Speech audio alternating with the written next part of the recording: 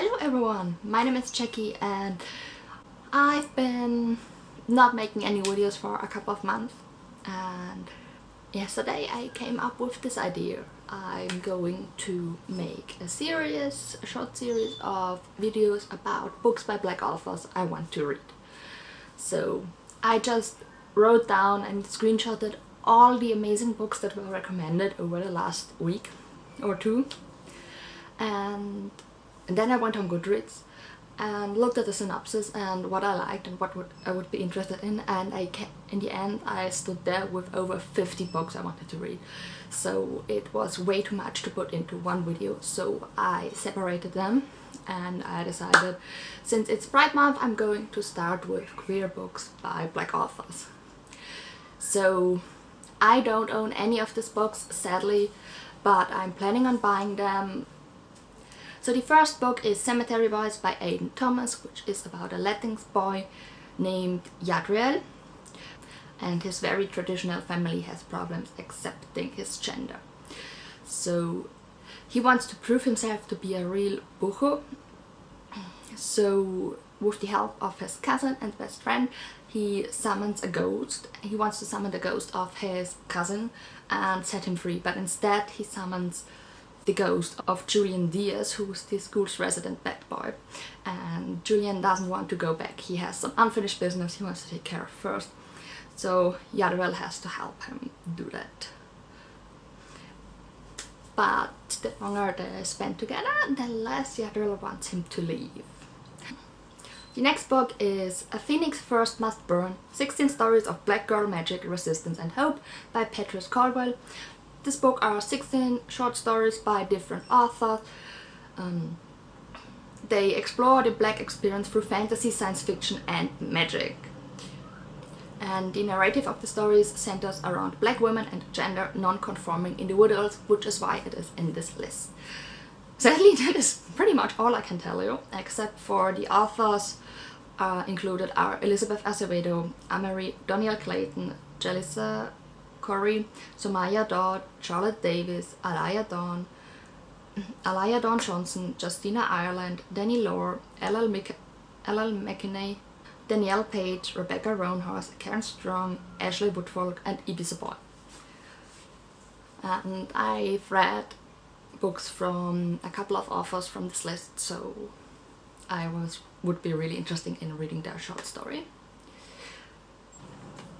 The next book is A Song Below Water by Bethany C. Morrow, and I absolutely adore the cover. It's about a girl named Tavia who is a siren, but she has to keep this a secret because the society they live in wants to keep her kind locked away. She's also stuck in Portland, Oregon, with only a handful of Black folk and even fewer with magical powers. But she has her best friend Abby on her side.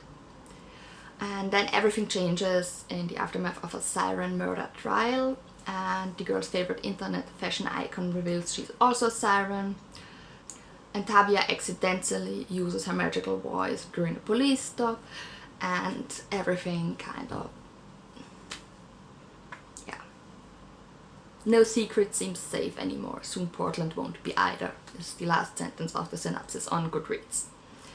The next book is Little and Lion by Brandy Colbert. It's about a girl named Suzette who comes home to Los Angeles from her boarding school in England, back to her friends and her family and her stepbrother Lionel, who has been diagnosed with bipolar disorder and needs her emotional support. But then she starts falling for someone new, for a girl, the same girl her brother is in love with. So yeah, sounds complicated. Alright, the next book is Felix Ever After by Kaysen Callender. It's about Felix Love, who's never been in love, and he thinks that that's just never will be in the cards for him, because he's Black, queer and transgender. And then he gets transphobic messages from an anonymous student who also publicly posted Felix's dead name, along with pictures from him before he transitioned. So he comes up with a plan for revenge on, but his catfish scenario landing him in a quasi love triangle And so he begins a journey of questioning and self-discovery, and that helps him redefine how he feels about himself. And I adore the cover, it's so beautiful. The next book is Running with Lions by Julian Winters. It's about Sebastian, who is in the high school's football or soccer team, depending which country you are, that's the word you're using. He's the goalie. And he has amazing teammates, an amazing coach. They don't care about sexuality. But then his estranged childhood best friend Emir shows up, and for some reason he hates Sebastian. But for the good of the team, Sebastian tries to gain his trust again, to befriend him again. But them spending time together sparks a bit more than just friendship between the two. Let's Talk About Love by Claire Kann is about Alice, who has her whole summer planned out with spending time with friends and working at the library. But the thing missing from her plan is her girlfriend, because she broke up with Alice after Alice told her she was asexual. So Alice is done with love. But then she meets Takumi and she can't stop thinking about him, and he makes her feel all these rom-com feelings. But then her summer takes an unexpected turn and Takumi is there to help, and Alice has to decide if she's willing to risk their friendship for love that might not be reciprocated or understood. I never read a book with an asexual character, or at least not with an asexual main character, and I'm actually really interested in that, so I can't wait for that one. The next book is a fantasy. It's A Taste of Honey by Kai Ashante Wilson, and there's a war between two people, and Aquip, who is a cousin to the royal family, has been captured by an enemy soldier named Lucrio, and those two fall in love with each other. The Stars and the Blackness Between Them by Jonada Petrus is about two girls. One of them moves to America after being caught with her girlfriend. The other lives in America and has some complicated feelings regarding her ex, a girl she had a moment with, and she's feeling really sick. And those two meet and decide to help each other out. Odd One Out by Nick Stone is about three friends. Two of them, Courtney and Jupiter, have been best friends forever. And there's this new girl, Ray, and they befriend her. But Ray has feelings for both of them, and I think both of them have feelings for her, so it's very complicated. But it sounds interesting. The Black Flamingo by Dean Atta has... First of all, I love the cover, it's really amazing. And it's about a boy who comes to terms with his identity. He is mixed race and gay. And at university he finds... he becomes a drag artist. He becomes the Black Flamingo. And it's a story about embracing your uniqueness. Sadly, there is not a very long synopsis on Goodreads, but it was recommended a lot. It sounds great, so I'm going to hopefully soonish read this book. You Should See Me in a Crown by Leah Johnson has a synopsis that I think could be really fun. So it's about Liz, who is black and poor, and in her town everyone is obsessed with prom.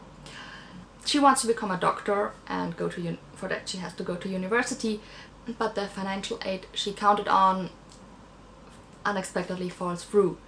But her school has a scholarship for the prom king and queen, so she decides to try and become prom queen.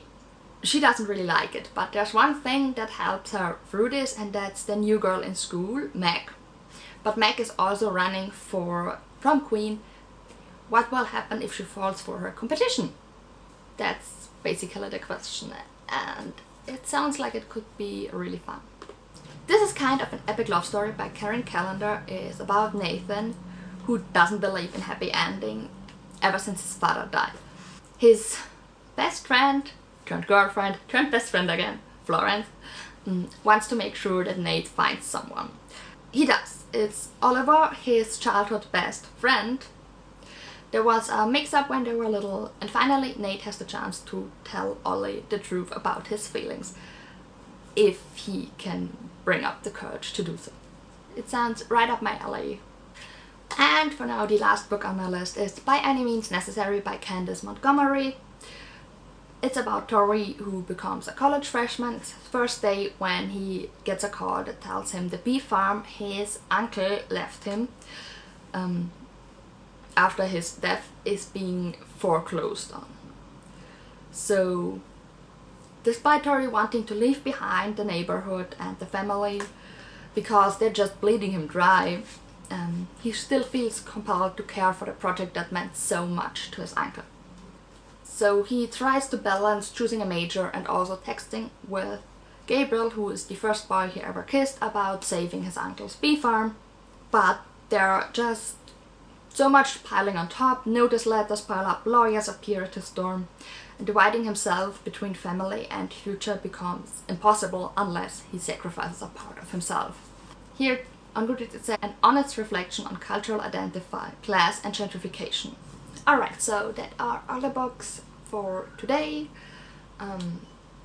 I will post these videos throughout June and July every week or every other week, and down below I will leave some links with information to the Black Lives Matter movement and the links to other social media of 3 of my favorite Black booktubers, as well as links to every book I talked about in this video in case you're interested.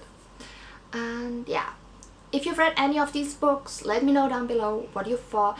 Let me know which books you think I really should read as soon as possible.